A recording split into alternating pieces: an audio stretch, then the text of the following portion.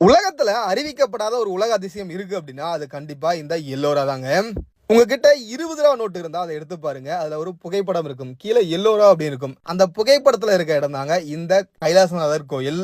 அப்படி என்ன சிறப்பு இங்க இருக்கு அப்படின்னு கேக்குறீங்களா? இது ஒரு பெரிய பிரம்மாண்டமான மலை. இந்த மலைய கொஞ்சம் கொஞ்சமா குறைஞ்சே ஒரு பிரம்மாண்டமான கோயிலை உருவாக்கி இருக்காங்க. இதை இப்ப உருவாக்கலங்க. 5ஆம் நூற்றாண்டு தொடங்கி 7ஆம் நூற்றாண்டு வரைக்கும், அதாவது கிட்டத்தட்ட 200 ஆண்டுகளுக்கு மேலாக 10 தலைமுறையா இந்த ஒரு பொக்கிஷத்தை உருவாக்கி வச்சிருக்காங்க.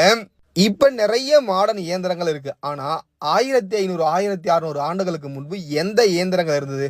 வெறும் சுத்தியையும் உளியையும் கொண்டு இப்படிப்பட்ட ஒரு கலை பொக்கிஷத்தை உருவாக்கி வச்சிருக்காங்க நம்மளுடைய முன்னோர்கள். உருவாக்குறது மட்டும் இல்லாம இதுல நிறைய சிற்பங்களை வடிச்சு வச்சிருக்காங்க. உதாரணத்துக்கு சின்ன சின்னதா ராமாயண மகாபாரத சிற்பங்களை உருவாக்கி வச்சிருக்காங்க. சிவனுடைய வடிவங்களை நிறைய இடத்துல சிற்பங்களா வடிச்சு வச்சிருக்காங்க. அதே போல இங்க கோயில்ல 5 விமானங்கள் இருக்கு. இந்த 5 விமானங்களும் தமிழக கட்டிடக்கலையில எப்படி விமானங்கள் இருக்குமோ அதே போன்ற வடிவமைப்புல உருவாக்கி வச்சிருக்காங்க. கண்டிப்பா இதை நீங்க நேர்ல போய் பாத்தீங்கன்னா வியந்து போய் மெய்சிலிர்த்து போவீங்க. அப்பதான் உங்களுக்கு தோணும், கண்டிப்பா இது அறிவிக்கப்படாத ஒரு உலக அதிசயம் அப்படின்னு தான்.